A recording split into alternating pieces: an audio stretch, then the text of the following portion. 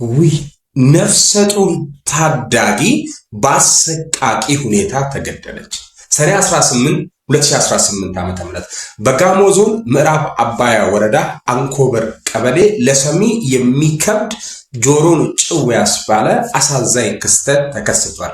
ምስጋና ቦረና በቤት ስሟ ዲቦራ የተባለች የ14 ዓመት ታዳጊ ህፃን ሰኔ 14 ቀን 2018 ዓ.ም አሰቃቂ በሆነ ሁኔታ በወንዝ ዳርቻ ተገድላ ተገኝታለች። ይህ አረመኔነት ጭካኔ ወንበዴነትም ነው።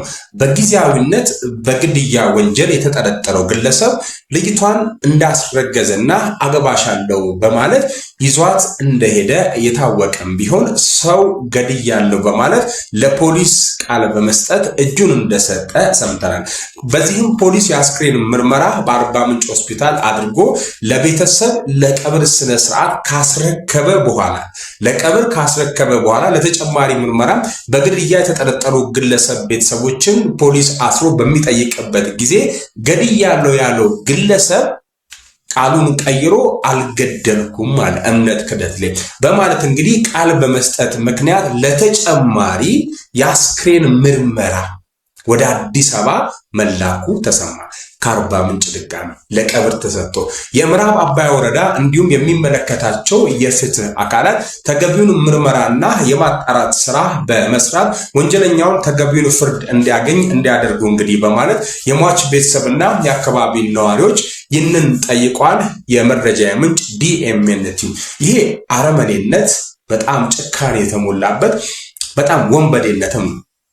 ኦኬ የ14 ዓመት ልጅ በመግደል ብቻ ሲሆን አስገድዶ መድፈርም ነው። ይሄ ሁለት ኬዝ ነው። ሁለተኛ እንዴት ነው ይሄን ኬዝም በአባያ ወረዳ ያላችሁ አካባቢ ጉዳዩ የሚመለከታችሁ እንዴት ነው ለፎሬንሲክ ምርመራ የሞተችዋን ልጅ በጣም ተሳዝናለች። ነፍስ ይማር። ለቤተሰቦቿ መጽናናት እመኛለሁ። ከሁሉ በፊት እንዴት ነው ሬሳ የምታንገላቱት? አርባ ምንጭ መለሳችሁ። ከአርባ ምንጭ በኋላ ደግሞ እምነት ክደት ላይ ልጁ ሐሳቡን ስለቀየረ ቃሉን ሰጥቶ አምኖ የገባ ሰው ለምንድን ነው እምነት ክደት ላይ ቢክድ ሊታመን የሚችለው?